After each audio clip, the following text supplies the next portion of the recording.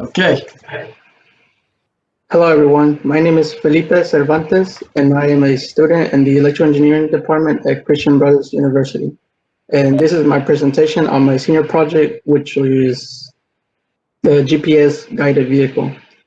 This image right here is an example of the type of vehicle that inspired me to pursue this project. A little bit more as to why I chose this was really just a personal interest in automation and a desire to work on an RC. The interest in automation comes from the it's the fact that it's just a popular trend. Automation is in every industry and just it is constantly expanding. Uh, the project goal was to construct a small scale vehicle similar to the one shown in the image before, and really to just gain experience and an understanding of what it takes to automate a vehicle. So some quick vehicle specifications are that it must be able to run on mostly flat lands, must be able to communicate with a mobile device, since that is how I will be fitting at commands, and then it must navigate by using a GPS module.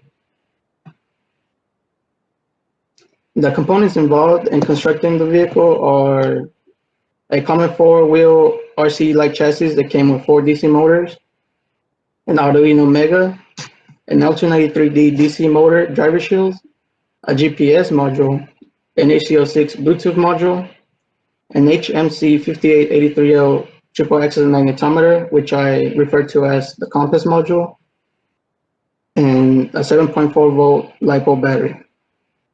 Now, briefly, the the process behind choosing these components started at the microcontroller, which I chose the Arduino Mega. First of all, I went with Arduino because of the support available for it.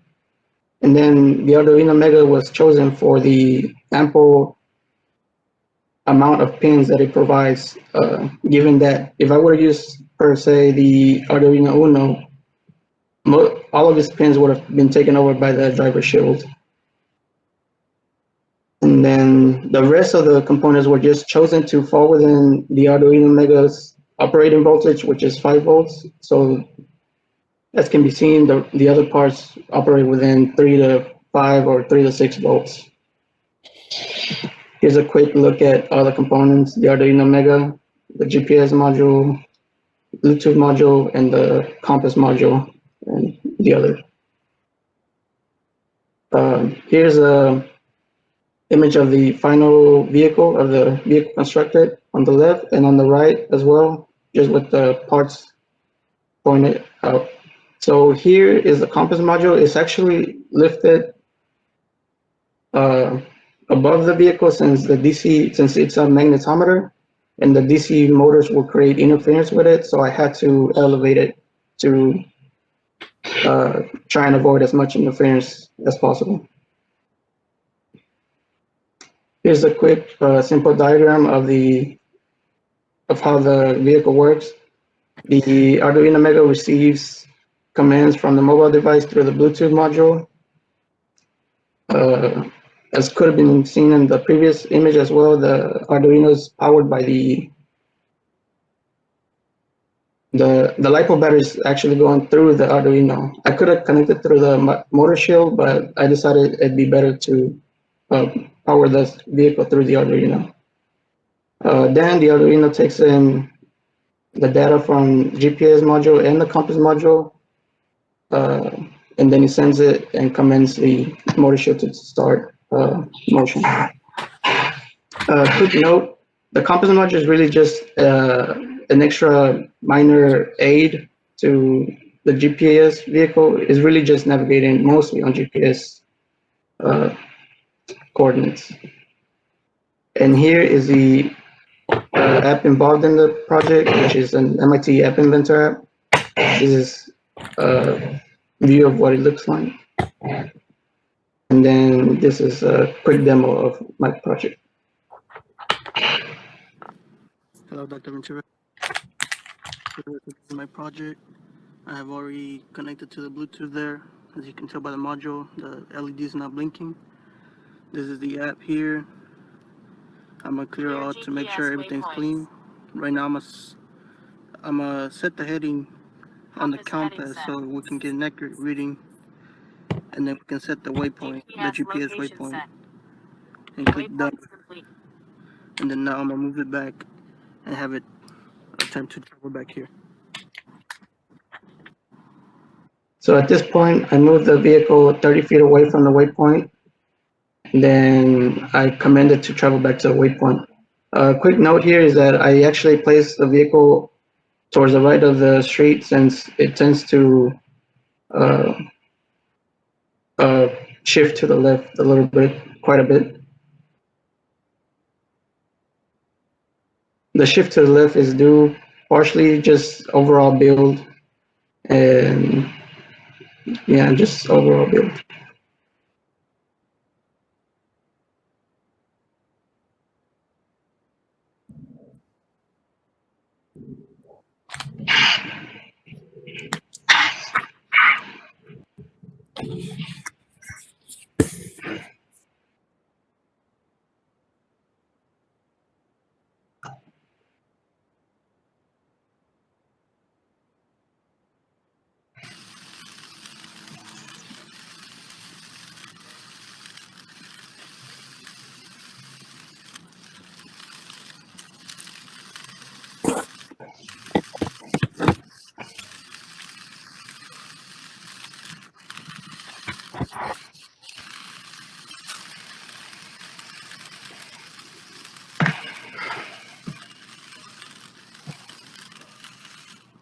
Waypoint reached.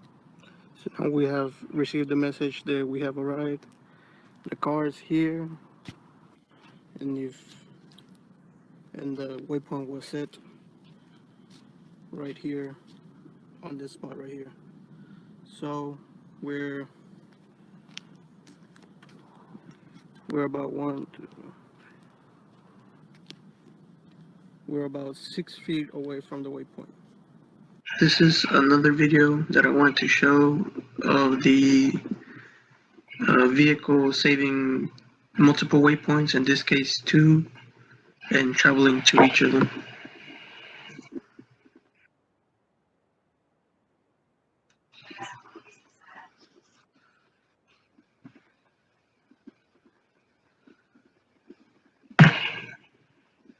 Here I showed the initial steps of setting the GPS at 2 different locations.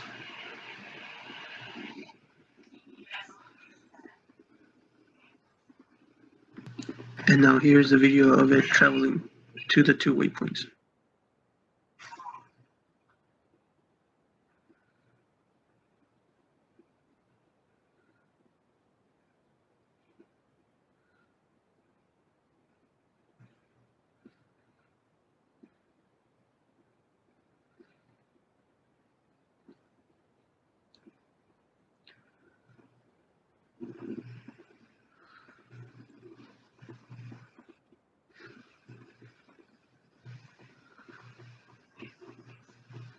So I reach one waypoint, then I tell it to go to the second waypoint.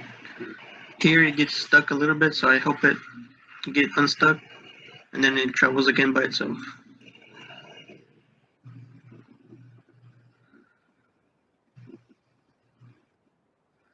And the second waypoint was set across the street.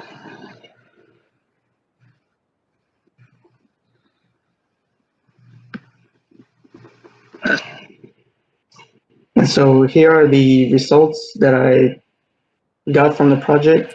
These are the measurements here in the table, and these measurements are essentially, I placed the vehicle at one point, set the waypoint, and then moved it 30 feet and told it to travel back. And in attempt 1, it stopped at 2 feet from the waypoint. And that's how the rest of them work. Here are the averages from which we can say that the vehicle is functional and functions properly within its parameters, since the GPS module has a horizontal position accuracy of 2.5 meters, or just about 8 feet. The cost of the vehicle itself was around $150, uh, and the total was around $210, and that's just things including such as spare parts and a soldering kit. And in conclusion, this technology can help improve services and their efficiencies, such as food delivery, and with the larger scale vehicles, it could improve traffic with transporting people. Learning it can be inexpensive, as it was shown in this project. It wouldn't take too much to upgrade the vehicle. It's just in this project there was a cost in mind, and then of course much knowledge and experience can be and was gained from doing the project. Things such as learning how to work in the Arduino workspace, researching and learning about the libraries in Arduino, and a little bit of app inventing when looking into the MIT app that was used. And that is pretty much it. Thank you all for your time. Apologies for the difficulties throughout. And are there any questions?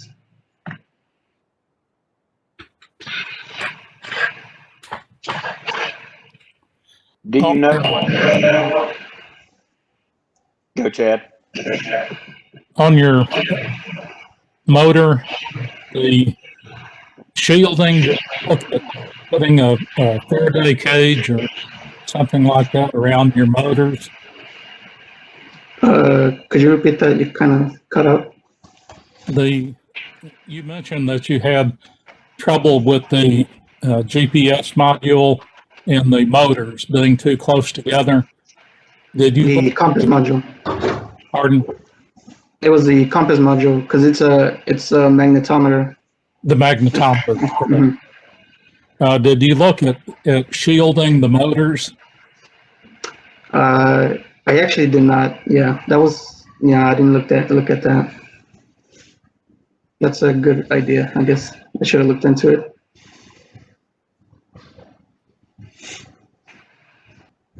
What was the resolution on your GPS receiver? You showed the resolution for how you got on the run, but what was the resolution on the receiver, and how did it compare to your actual positioning? I'm not exactly sure how to answer that question. I think you had it on the earlier slide. It was about 8 feet. Yes, I mean that. Yeah. So the accuracy of the GPS module is 2.5 meters and 8 feet. Yeah. Okay. So around 8 feet, and over the testing, most of the attempts fell under 8 feet. Okay. That was my question. So it's consistent. Okay. Thank you, John. I just missed that line. No, you hadn't seen it as many times as I have. I grant you that one. Philip, what was the hardest part of your project here? I guess I wouldn't say it was hard, but the coding, just researching and learning the libraries. Because construction-wise, I had some issues with the LiPo batteries, and the cables are quite thick, so I think I messed one of the batteries up, so that's why I had to buy a spare one. But yeah. I have a question. Talked about the uses for robotics and the delivery aspect. If you have an accuracy of 8 feet, what would be the next step or the next process to get a higher accuracy? Okay, so yeah, I looked into it, and as I said, really the accuracy came down to the GPS module. It was the one that was used in this project was inexpensive, really. I looked at one that was around maybe $200 to $300, and with that one you could actually get an accuracy of within centimeters. So that's really, I think really just an upgrade and GPS module will get you much more closer to the waypoint that you want. Thank you. I got a question. Sure. Felipe, have you addressed the issue of power? Like, this is supposed to be an autonomous vehicle, am I right? Yes, more, well, So- yeah, more or less, yes. Okay. Then does the vehicle monitor itself power to go and dock somewhere to get, charged up, maybe? Mm, So what No, happens? that's- What happens when the charge is over, like in the middle of mission? What is it? yeah, that's one thing that I wanted to look into it, but I didn't get to do it in this project. And the other question I have for you Mhm. is this, like the protocol of communication between the microprocessor and the all part of the system, the vehicle. Is it all through your software? You programmed it to do all that communication?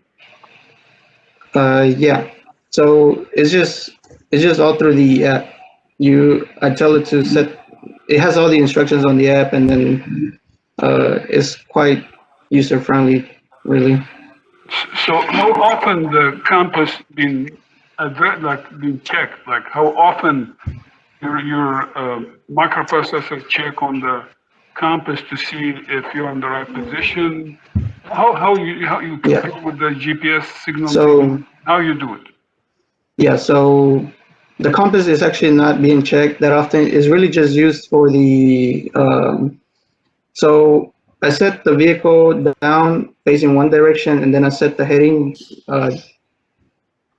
just so that if need be to travel, if it is needed to travel by the compass module, it'll use that. But really, it's just going off the GPS module, which is, from my understanding and knowledge, the Arduino is reading from the GPS module at about every microsecond. However, there's, I guess, some loss or latency, so it actually waits 5 seconds overall. If there's no data coming in within 5 seconds, the vehicle just stops. Okay, thank you. Mhm. Okay, thank you very much. Appreciate it, Philip. Okay, thank you.